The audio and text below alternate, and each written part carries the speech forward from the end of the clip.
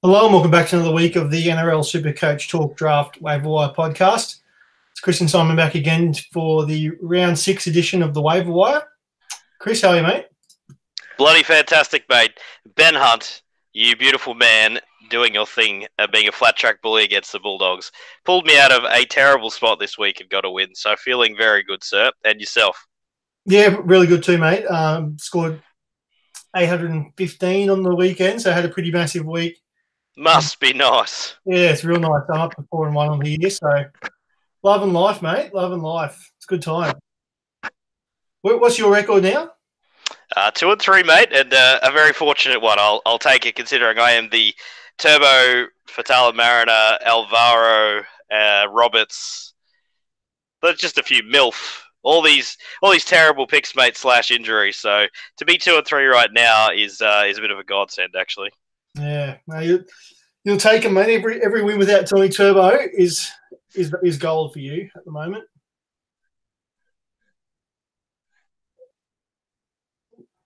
You there? Yeah, I'm not going to add any more to that. I thought that was just a bit of a rhetorical statement, to be honest. I thought you were about to say something. I'll cut it out. No, that's all right. Don't worry about it, mate. It's just the listeners will understand. All good. Well, let's get into the waivers then, mate. So, first game of the round, we've got the Sharks at home to the Panthers. Now, for the Sharks, Paul Gallen's been named to return from his rib injury, which has been a bit of a problem for him the last couple of weeks, and to be honest, probably throughout this whole season to date. So he hasn't really done much for Supercoach at all, and he's going to find his way out there on waivers. Do you even bother with Paul Gallen? Oh, look, mate, you could, if you want to make an argument, a roster stash in case his bad performance has been just tied to the injury. But we know he's got a minutes cap with this setup, and I mean, it's nothing to get excited about. Yeah, no, it's not too much to see there. Also for the Sharks, pretty massive game from Jason Bakuya last week, as well as Jack Williams. So two guys there who are going to be in the eyes of some potential waiver targets, but obviously with the return of Gallen to this side, and obviously Fafita being named to play, it's sort of hard to see their minutes kind of repeating. You'd think so, and you've also got Wade Graham apparently starting to get back to training. He's probably still a couple of weeks away, but it's sort of a muddy looking. Apart from Nakora, who look, mate, he keeps on keeping on. So this kick out sort of, well, I wouldn't call it wager but more a prediction that we had from last couple of weeks. He's been good. Yeah, he's really good. He's been really, really good, and just goes to show, mate, the value being outside SJ. It just is a godsend for players. It really is a place to be. So look, he could keep on trucking there, but I think as well you'd be very happy to see that if you're the Fafita owner who's just been brilliant all season, that it is the first game of the week, so you certainly can plan around that. Yeah, no, that's really handy. If he is out, I think I wouldn't be panicking too much. I'd probably just try and go straight to Matt Pryor. I think if Fafita's gone, Pryor will be a good handcuff. Good one, mate. He'd probably be a good start for the week. I wouldn't. I mean, I don't think you waiver Matt Pryor to do that. But if you can get a free agent pick up of Matt Pryor and play this week, have him in reserve just in case Fafita doesn't go. I think that's a decent play. Yep. Okay, mate. On to the Panthers. Now with the Panthers, they've got an old stalwart in Timmy Grant back into the team. Good on him. Wonder why? Why? Don't know. It seems like it's probably more the tail end of his journey, but I guess they're just searching for something, some sort of impetus in the forwards. I mean, I think they've actually. I've been sort of, no, I wouldn't say bashing, but I've been talking down the Panthers' chances. I guess they keep getting injuries in their forward rotation, so I guess, just trying to add another body in there that's going to hopefully stay fit, and then. You imagine then Regan Campbell-Gillard comes off the bench and plays big minutes here, though, with Tim Grant starting? You'd imagine so. That's kind of been Campbell-Gillard's go most, not just this year, but also last year. He's always pushed back to the bench and then sort of comes on and plays kind of 50 to 55, maybe even 60 minutes straight. And it hasn't really helped him in terms of his Supercoach output. So he's not really someone that I'm interested in, to be honest. I mean, I guess you're right. So like 50-odd minutes at a PPM, he's probably just a low-end option. But Yeah. I guess I just think Tim Grant would play very small minutes there. So, but potentially very low end starter. And the seemingly weekly injury to Isaiah Yo. I'm just going to cast over to James Fisher Harris and what a story he's been this year. What are your thoughts, mate? Because I've sort of alluded there with Isaiah Yo. Pretty much has got injured every week of the season, it seems, and that looks like it could be inflating some minutes. But is Fisher Harris here to stay? Yeah, we kind of touched on him. I think it was last week where I kind of said I sort of buy it a little bit. Mm. Not really. Like there is a fair bit of sell high in him because his minutes probably aren't going to stay as high as they are. Plus, he's also hit a bit of attacking upside the last couple of weeks. But with that being said, I think his base is legit. There's an increase in minutes in terms of just what he has been in his career so far. So I think if you've got him, well done to you. I think he's just going to keep on, probably not to the same level, but he's still going to be a very, very solid 55, 60 averaging player. With that upside in the front row, as you've talked about all season, I think as long as you've got him as a front rower, I think you hang on to him. I think if you're in that unique position where you play him as a 2RF, I would sell high personally. Yeah, probably fair enough. All right, mate, next game of the round, Good Friday. Traditional match between the Bulldogs and South Sydney.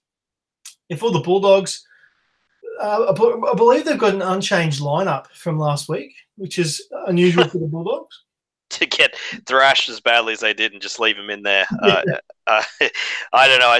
If you're a Fatala Mariner owner like me, you're probably feeling pretty sad and sorry for yourself at the moment because you feel like you should at least get another crack in there. But anywho, it's not. There's not really anything to get excited about from a Supercoach point perspective, and you think the Bunnies will be too strong here. Yeah, it probably is going to be one of those matches for Souths. On to Souths. A guy I want to talk about is Alex Johnston. He hasn't been terrible. Like in years gone past, he's always had a really super duper low floor, like a 12 or under. This year he's been getting kind of consistent sort of 30s but hasn't been hitting the upside that we've seen from him throughout his career. I don't think he's scored a try this year yet. What do you make of him? Do you think there's a breakout coming? Because this should be the week, really. You'd think so. I think it's a decent enough buy low. I guess the only issue here is it seems that the attacking structure has changed a little bit, with Cody Walker really being the absolute centerpiece, and he's thrown that beautiful cutout pass out to the wing, out to Graham, and I just don't know if it's the sweep play is being used as much, which is unusual because obviously Bennett, did that so well with Darius. So I'm going to say yes. I like the buy low. I like the matchup. But are we going to see as good as he was last year? I'd say probably not with how well Cody Walker's played. Yeah, you're probably right. Just to correct myself, he did score in round one, but he hasn't scored. Okay. He hasn't scored since. Recent scores, scores since then, he got 63 round one, 44, 38, 32, and 30. So he's due. He's a known try scorer, so probably not the worst play in the matchup.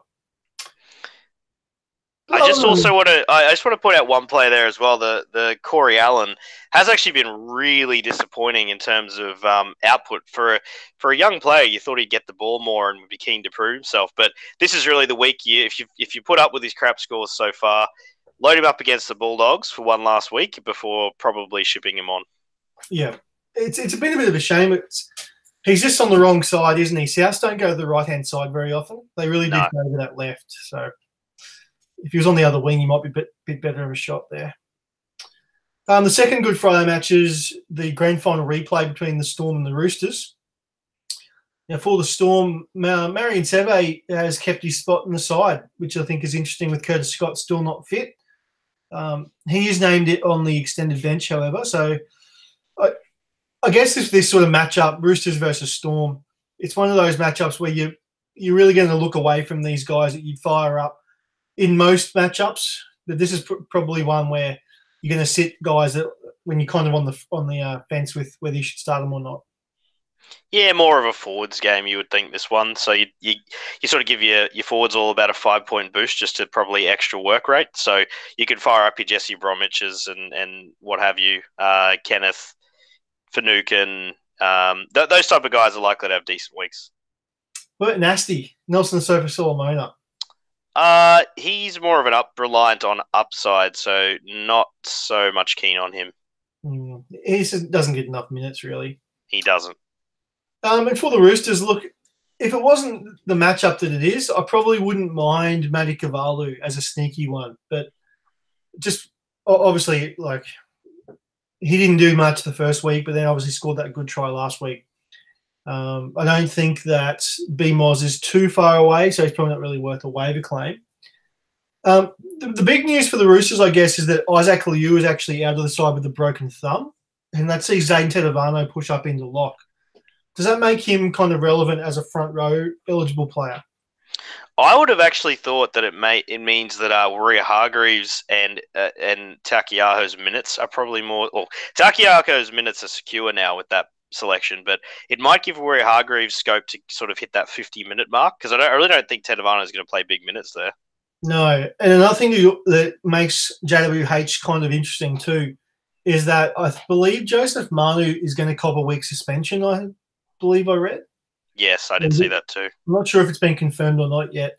I might try and look that up. But if he is out and then Orbison pushes up from the interchange bench to play in the centres to take his spot, then that means they're going to be putting up, elevating kind of like a rookie or a very low experience player into the side that's probably not going to get many minutes. So that could even mean that JWH and also Takiaho get just that little bit more of an extended run there, which could be good.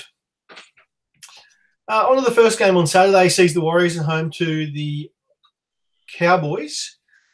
Now, for the Warriors, Blake Green's been named again, so that's good news for anyone who's been relying on Blake Green since he was kind of a late withdrawal last week. And also, Adam Blair is second row with Lachlan Burr lock, so still no Isaiah Papali'i, which is a shame for his owners again. In terms of waivers, though, for the Warriors, there's probably not too much there. Well, Lachlan Burr, mate. Good score last week, hits the 80, has retained the starting spot. Is there enough there for a low-end claim? I don't think so. I really don't think so. Just not enough minutes for mine. He's kind of capped at that 45 minutes, and yes, he is doing a lot with the minutes. I just don't think it's going to continue, personally. I guess the only way to look at it there would be, could Blair's minutes be sort of chopped up by Papali'i with Burr getting more with his great, I guess, relatively speaking, his good performances in that side? That would be the potential upside of at least Burr as a bit of a stash. Yeah, I guess so. Like, it remains to be seen, I guess, in terms of what goes on with that rotation. I know that Papali'i's kind of been coming on, getting 55 minutes straight off the bench. So if he does come on for Blair, I think that's been the rotation, is he's pushed Blair to lock and then Burr's had a rest. And then when Burr's come back on, he's then given Blair a bit of a spell. Yeah. So you just don't know really what's going to happen there, because I guess the tough thing that you're not going to really be able to plan for is that with Isaac Luke back at the number 9 fold, whether Jazz Tavanga rotates through lock like he used to or not, I'm not 100% sure. So that's going to be another little thing you need to watch out for as well. So is Isaac Luke a pickup? I know someone in our league sort of stashed him last week. Is he a pickup with the sort of tough sort of hooker landscape at the moment? Oh, given the landscape, he's probably worth a stash, but I just don't see it happening for Luke anymore. I think he's kind of past it, to be quite honest. Yeah, that's fair. Just his style of game doesn't really fit for people when they kind of lose a step, and I think he's probably lost a bit of a step, to be honest. What do you think of Luke? Yeah, I'm the same, mate. I think I took a bit of a punt on him in the, as a low end pick in the draft, but I think you're probably right, and I think the in-game injury risk with him is really high, so makes it a very hard sell in 10-team leagues. I think maybe if you're sitting in one of those 12 or 16-team leagues, he's probably worth a stash if you got any of those underperforming hookers. Yeah. And also on the Warriors, mate, Schnell Harris-Tavita definitely needs to be mentioned. We've kind of touched on him in the last couple of weeks, but if he's still sitting out there on waivers, he's got to be an ultra high claim, because he looked really good. Yeah, he looks the goods, mate. You're all over that one. When he first got named, and credit to you, he really has, and you're a bit of a sharpshooter as well. And you got to think, I mean, these Cowboys, mate, they're a beatable side. Red hot chance for at least some conversions, you'd think. Yeah, well, that's been the thing. Like he's done 2 games so far. He scored 79 and 67.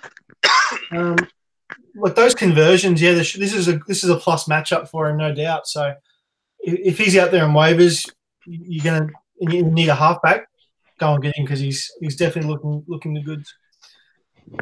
Over to the Cowboys then. So I guess we'll just go straight to John Asiata, the Arse Man, one of your favourite players. Oh, mate, the Arse Man, just been waiting for the boy to get a chance. Cohen Hess has not been good, as we know.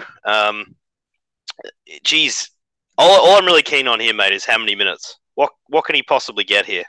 Oh, that's a hard question. It's such a weird rotation because Josh Maguire is not an edge player.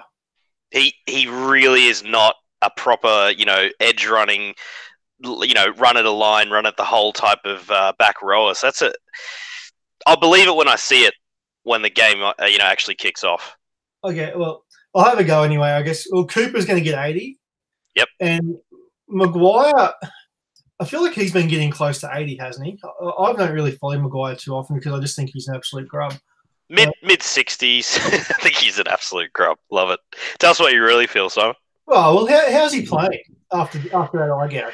I mean, just a fine for that one. We won't get into the judiciary system in any depth, but I must admit I was surprised that was allowed to pass, and good luck come Origin time when those two are together. But anyway, surely not an edge back rower. I don't understand. So his minutes have been, they've been all over the place. 63, 72, 67, 55, 68. So kind of mid to high 60s on average. Yeah, I don't know what goes on there. But John Asiata, I mean, if you'd love to think, Maguire's not getting 80 minutes on edge, surely. That Hess, I mean, could Hess rotate through? What do we got? We got Bolton, so Bolton's back from suspension. Well, he rotates through the middle, Molo through the middle. Yeah. Hess is going to push Maguire to lock, surely, and then Asiata to either have a spell or go to front row, which I think he's more likely to just have a spell. Yeah.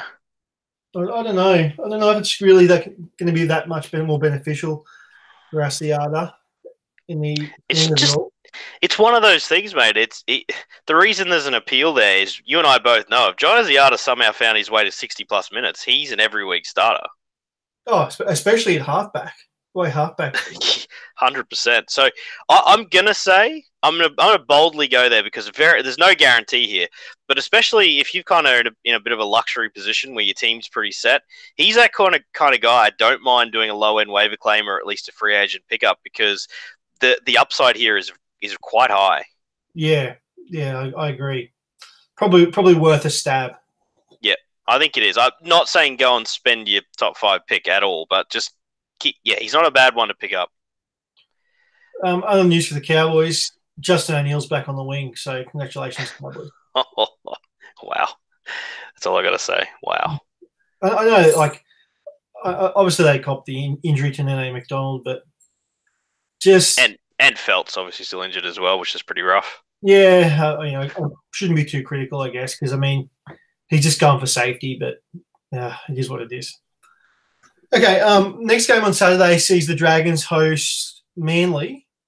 Now for the Dragons, some good news for Vaughan owners with Vaughan named to play. No sign of Jack DeBellin, though. Doesn't seem as though he's going to be playing again anytime soon. No. Well, I mean, we don't know really anything just yet, but it doesn't appear as though there's really much of a conclusion in sight, at least for the next couple of weeks. Blake Laurie, mate, I want to just discuss, who had a pretty decent week just gone. What any thoughts there? Yeah, the old big man. I don't mind him, actually. He's actually proven me wrong. I've kind of stopped and paid attention to him. he's been pretty safe, sort of 40 to 45 points. Last week, obviously, you saw the increase in minutes with Vaughan going off injured. So that kind of got him at 57, I think, was his minutes last week. Not a bad player to go with in your front row. I don't think I'd waiver for him, but as a free agent, pick up and play as your front rower. Don't hate it. I agree. Would you waiver him, or would you just free agent? Look, probably could go low end waiver at best, but a better free agent stash. Yeah. For Manly, sorry, there's nothing else on the Dragons. No. Over for Manly, another interesting side here with Fanua Blake named play, but he's suspended. Surely he's going to cop 2 weeks. I'm pretty sure he is. So, I think this is a sneaky time to go and try and make a buy low on Martin Tapau. Oh, is it what, mate? It's standing out like dog's balls. Martin Tapau, minutes will go up this week. You at least have 2 weeks, and he's got a chance to build some form where he'll command more minutes. Now is your time. Yeah, certainly the way to go. It doesn't really open up anything in terms of a waiver claim for anyone, I don't think. Because I think they'll just push up Sipley and then probably bring someone like Tanganoa onto the bench. So probably not too much there in terms of waivers, but yeah, just a nice little trade target. I like it. They've been performing above what we expected, even without Turbo there. So yeah, still DCE might still be able to keep cranking out. I believe Coruscant had a better week. Any chance that he's got a bit of life back into him? Not really. I don't think he's.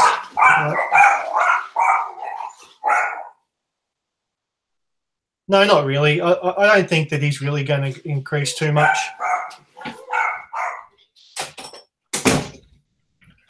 Not really going to increase too much, unless his minutes kind of increased. But Finu's still there, taking minutes off him. I don't think there's too much to see with Coruscant. He's got lucky with a bit of attack, which he is known for, but I wouldn't want to be relying on it. On to the Sunday games. So Sunday, 2 o'clock, you got the Titans at home to the Newcastle Knights. Good news for Jai Arrow owners here, with Arrow cleared with only a cork, is what the reports are. So he's going to play, which is good. Other than that, mate, what do you make of this Titans side? They're just such a weird team. Oh, mate, the timing of AJ Brimson's broken thumb is obviously bad for anyone that sort of was hanging on to hope that he'd come in at some point soon.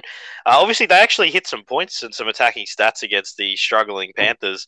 You'd have to argue it's not a bad matchup either. Seabus, 2 p.m. on a Sunday against what hasn't been a great night side so far. I really think, mate, you can keep making an argument to start these Titans. So I'm going to stick with Brian Kelly looking like a pretty good sort of base stat type guy who's going to get plenty of ball considering the guys around him. Mitch Rain, solid. Arrow, I do suspect he's going to come across the rest of the season as a bit of a bust on how early he was drafted in some leagues. And those niggling injuries like he had the last week is going to happen. They're really it for me. Ryan James, mate, is that going to go down as the biggest bust? Well, I think he got 60 on the weekend. Do you think, though, is it something that's going to continue? Shannon Boyd, low minutes. Can James sneak his way up to 50-plus minutes and be relevant again each week? Maybe, but it's not going to be very consistent, I don't think. Like, he'll do it, but there'll be weeks where he'll kind of just fall back down and for no reason, and you'd be like, oh, I'm kind of committed to keep starting him, but he's not really going to pay dividends. Because it's funny, we both obviously talked about Josh Papali and James in similar breath, and both obviously had much better weeks. So, is there any window for that sort of sell moment, do you think, or do you think it's going to take more convincing than one good week? Well, I think he'll be all right this week, just because, the next couple of weeks without Wallace. Yeah. If I owned Ryan James, I'd probably be happy with the 60 he got last week. Try and hold him for the next 2 weeks, which for him to try and get increased minutes with Wallace gone, and then try and sell him, because Wallace is not that much of a name where people who you're going to be able to convince people and get it through on the sneaky that's why his minutes have been increased. Mhm. Wallace probably isn't going to be that big of a name that people are going to cotton on to the fact that that's why minutes had increased. So that's what would be my plan of attack if I own James. But luckily for me, I'm not an owner. Like it. I think it's a good strategy. Also for the Titans, just before we move off them, I don't know about this Ash Taylor getting named either. I believe he had an MCL strain or ACL sprain it is. ACL sprain, Mm. and he's just going to play. Yeah, you'd think if a guy is potentially going to be rubbed out for a few weeks, it would be an odd thing for him to play. So I think you might be right, which again is just really bad luck that your boy AJ Brimson's gone down with a broken thumb. Yeah, it's unlucky. All right, mate, on to your Newcastle Knights. So another disappointing showing from them last week. They really should have made a better fist of that against a turboless side. Absolutely, mate. All I'll say there is that there's still some signs things are going to go okay. I'm not going to focus too much on the real life stuff, but for Supercoach, my boy Mitchell Barnett had a monstrous week. Obviously now is named on an edge. Is that an 80-minute role on this side? It is an 80-minute role on the side. It is an 80-minute role on the side for now. Is what I'll say. Like, yep. I have him down as a waiver, but it's not an all-in. I'm not all in for it. But the fact that Sione Mataudia is named as on the extended bench is a little bit worrying. It is, and apparently we're pod committed to him because of his contract, not because of his playing ability currently. Because I would rather Mitch Barnett in there each and every day of the week from a Knights fan perspective. So in terms of waivers, then, like, what do you do? What do you do if you've only got him for one more week? I mean, this is really where it's at for me. If he comes out and has another barnstormer of a game and they beat the Titans, at some point, Brown's got to ask himself the serious questions like he already did with Ponga going back to 1. Brown's job could start to become in jeopardy here soon. So if Mitch Barnett has another blinder, I feel it's going to be very hard for him to drop Barnett, and he might just use Sione as a very unusual, mind you, rotating back rower. So I'm going to say waiver. I reckon the upside of Mitch Barnett being every week starter for you and a really good upside guy is too high to not have a crack. Yeah, I think you kind of got to have a stab. Look, Mason Lino hasn't really worked out. No, I'm kind of surprised to see Connor Watson on the bench, to be honest. One more sort of poor performance here from Lino and Connor Watson will get the 6 back, which is where I'd like to see him. I also wanted to point out that there's still a sneaky buy low on Lachlan Fitzgibbon. It was trucking towards a nice solid game this week before the HIA. That combo with Ponga is going to start paying dividends, so I still have him as a firm buy low. Yeah, I don't mind that call. It's pretty good. And lastly on the Knights, what about Essie? So he's back on the bench. Clearly isn't someone that Brown is overly keen on. He's sort of falling out of favour a little bit. But with the injury to Guerra, I guess it just makes me pose the question. Yeah, look, he's a talented player. He just put himself on the outer with some of that, off-season stuff. So not a waiver for me. But if the team keeps underperforming, he might be sort of forced to bring him in at that lock role. So I can see why he got some interest. Yeah. Okay. Let's see. I guess there's a few waivers there in that match in particular. On to the next game of the round, which is the Raiders at home to the Broncos. In what is shaping to be probably a must-win game for the Bronx. Absolutely. And a huge opportunity for the Raiders really to show that they actually could be legit this season, which I don't think many people saw coming. No, I don't think so. Especially without obviously Austin being there, with Jack White moving to 6, Nigel Klokstad being an unknown. They've really overperformed. They overperformed, but it looks good. There's, they, in my opinion, managed to offload a slightly sort of overpriced forward to get in some talent in Shannon Boyd. I think it was probably a pretty good move from them. They've got that decent bench player like in Soliola, and Havili adds something. So they've got a good balance going at the moment, and the form of Sam Williams has been really good for them. Yeah, no, he has been really good. We kind of did touch on him last week, and I remember you saying that Sam Williams is never a waiver claim, so we'll just reiterate that. Stick with that. It just the moment you think things are going well, he'll plug a 12 on you. So just don't do it. But I got to stop talking him up, mate. But Chance Nickel clocks that. I just think that guy's. I just can't believe how good he's been. It's blown my mind. But anyway, awesome. No waivers there. Yeah. What about like Ryan Sutton would be the only one that you'd remotely think of? Just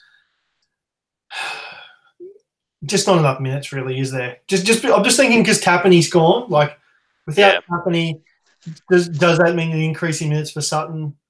I don't know. Well, look, the only thing you'd say about that is Tarpany potentially is he a drop now? Because that injury looked rough, looked very rough. He's already injuries to start the year. He's hardly an elite option either. Is he someone you can drop, keeping in mind you'll have to carry him through the buys? Yeah, if you play through buys, then you pretty much got to say goodbye to him because what's the point? There's no point holding on to him for 5 weeks when in 5 weeks' time you're going to drop him anyway. You may as well make the transaction now, pick up someone who might actually be useful for you and actually increase in value in that time that you've held him for. So if you don't play buys, he's probably a different story. But if you play through the buys, I think you just got to cut back now. Yep, I agree. Okay, mate. So the Broncos now some huge performances out of your man Payne Haas on the weekend.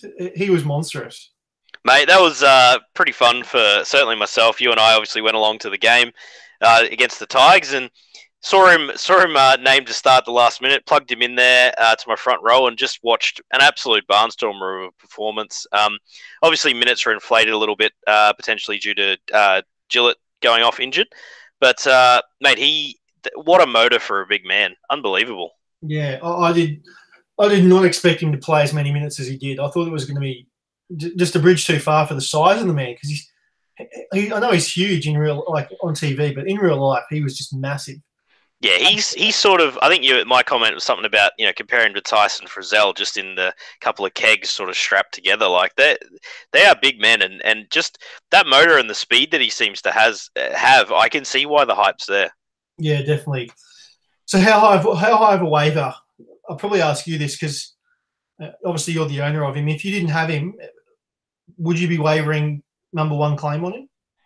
I would, just on the count of front row eligibility, and mate, that having that upside to sort of he showed one offload in that small stint that in the stint that he had as well. Love to see if he's got the offload in him.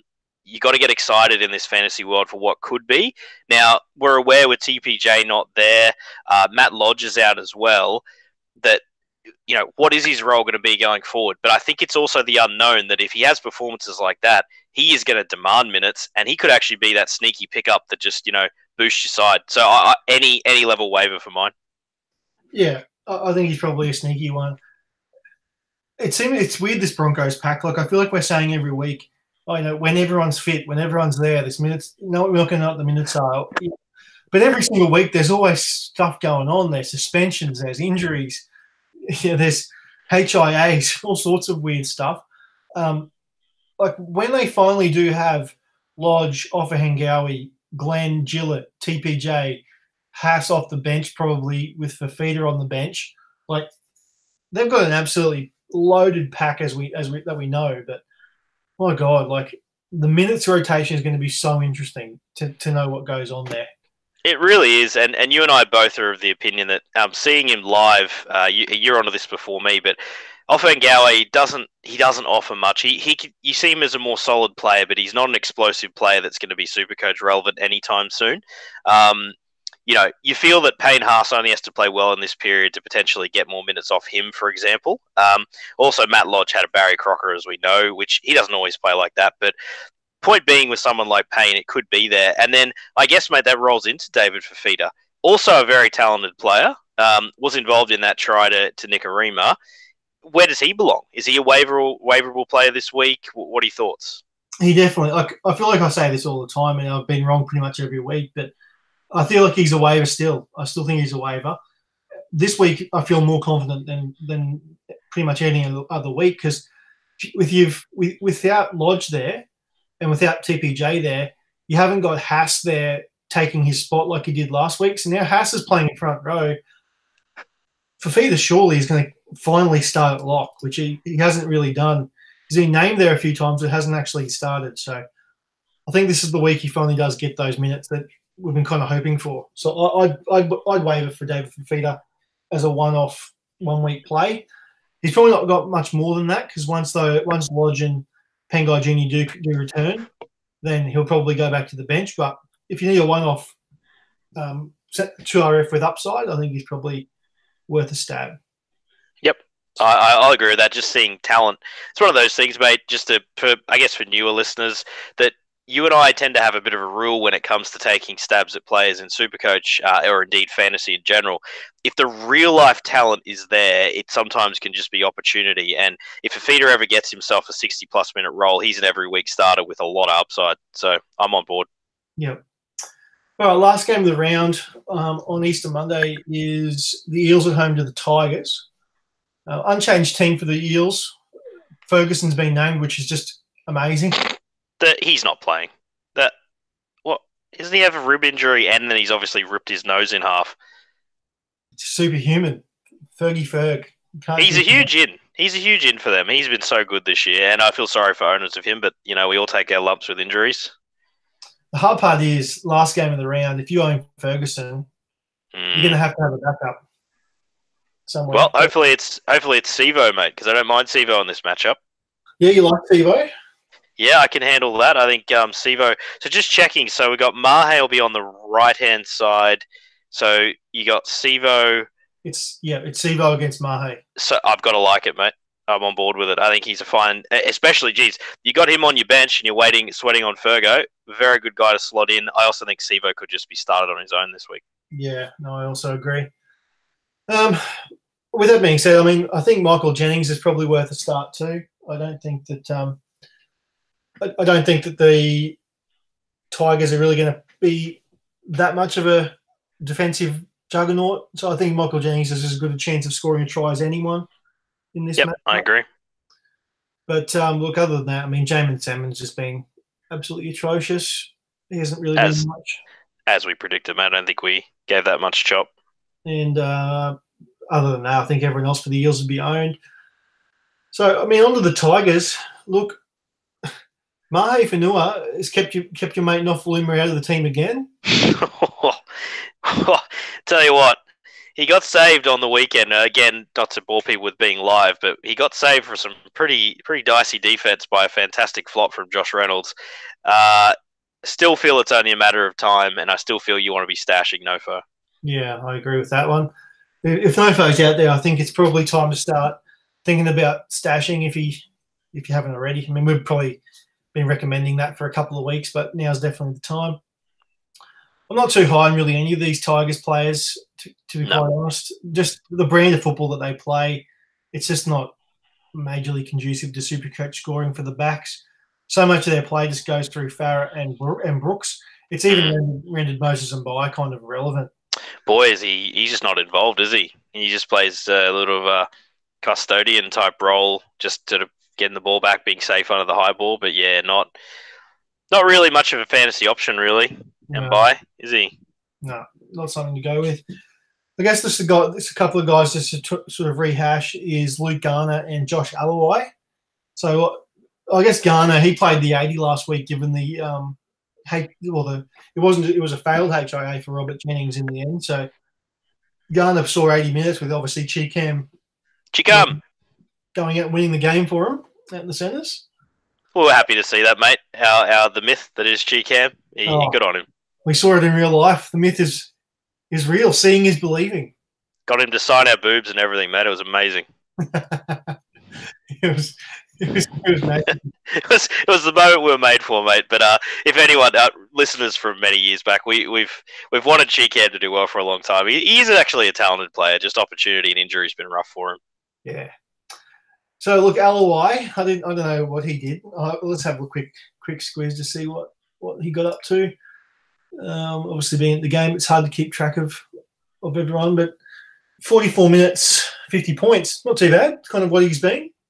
Yeah, it's pretty standard. I can't really recommend him as a claim. I think even minutes there with with the Cheekham rotation changing as well. I think really your startable Tigers, obviously SN Masters is just a base stat beast. Twal, Farah, and Madison. Garner low end starter right at while it's going well, but I don't know if he's the season long option. Yeah. Okay, well that gets us through all the games. Couple of waiver claims through there. How would you sort of rank them in terms of priority this week? Payne Haas, for me, is the clear one. I then have to think that Mitch Barnett, just because of what may be, is they're the clue. They're the clear earlier claims for mine. Really, from there, mate, it's more. I don't think there's anyone else that stood out. No, only other one would be Harris Tavita, but he's kind of already been there for a couple of weeks. True, I'll pay that. And your boy, look, David Fafita, I think that's more of a mid to late claim, but I'm on board with liking that. I also can put John Asiata in the same category just for what might be. There's a lot of that this week. There's players that really could be season defining, but their roles are just not locked in. Yeah, that's true. Okay, well, that wraps up the waivers, mate. I'll just have a look at the fan questions that we got here. Question on the website from Uncle Mo or Unky Mo. It's not really. I guess we've kind of touched on this, but how about some waiver suggestions for those of us who own GI like himself? Bronson Zeri would be number one for me, I think. Yeah. If he's still there, I think a lot of people would have picked him up last week. But yeah, I mean, other than that, I mean, there's backs galore really that you can plug in as long as you got him in the CTW and not the fullback spot. Situational, you and I like to think that it's good to have sort of 2 or 3 sort of set CTWs and then sort of rotate that fourth one. So there's matchups this week. I think anytime a team are playing the Bulldogs, Warriors, Cowboys, you're going to be in a decent chance. For example, I think what do we say this week? The Sevo against the last game of the round. The Tigers. Against the Tigers. Quite like it against Mahe Whanua, for example. Yeah, it's not too bad. Just as well, if you're a Katoni Stags owner, there was news this week potentially with Roberts being looked at by the Bunnies to fill in that. Obviously they got the salary cap now. The Rabbitohs. Hang on to Katoni Stags. I think better weeks are coming. Yeah. All right, mate. Question from Simon Star 23. Very interesting question as it pertains to yourself. Rest of season value, Keary or Milford? Ooh. You go Keary. I think it's just because he's in that side that's going to be conducive to point scoring. And I think that is an underrated thing with any back, including the halves. Milf the actual structure of the Broncos has to change. They're not supporting him enough. There's not enough runs off the ball. It's just not a good structure that's going to help Milford. I'm going to go Keary, but would I trade Keary for my Milford if I was offered? No, I wouldn't. No, I see. I can see what you mean. Like for you as the Milford owner, like let's say I owned Keary and I came to you for a trade. Is that what you're saying? You wouldn't take? Yeah, you need to give me Keary plus something that helps my side, and I would, that'd certainly be in the ballpark. But a Keary straight swap for Milford, no, I wouldn't take it that far. Yeah, like if I've got Keary, like I said in that situation, but you came to me with Milford, well, I'd be like, no way, why would I do that? Exactly, it's one of those ones. It's not really a win for either side there, but the addition of someone that changes everything. So is Milford a buy low? Based on what I've seen so far, no. I'm not excited about him turning it around, but the pedigree means that you don't give up on a player this early in the season because it only takes a change in the structure at the Bronx or a change in form, and all of a sudden it turns around. Yeah, look, I'll settle that one easily. I'd say Keary, and it's at the moment, like not just at the moment. It's not like at the moment it's clearly not close, but even if Milford turns it around, I feel like Keary, is playing at such a high level that I don't think the difference between Milford at his peak and Keary right now. You'd rather have Milford, but it's not by a landslide like you would think it might be. So I agree. Next question from Chris Fletcher. Best waiver pickup for Adam Fanua-Blake out of Pryor, Armau, Tedavanu, Eisenhuth. I'm going to go Pryor because I think even if Fafita plays, he's probably going to be unders this week. So I think Pryor as a bit of a stash is okay. Yeah, Pryor, or I can see Supercoach Guru has replied and said Eisenhuth because he should punch out close to 50 minutes. Normally equates to about 50 points for him. So flip a coin, Pryor or Eisenhuth. I think they're probably your two best shots there. Yep. All right, the last one is from Penner. Capewell or Ramian at centre rest of season? Ramian for me too. Easy one.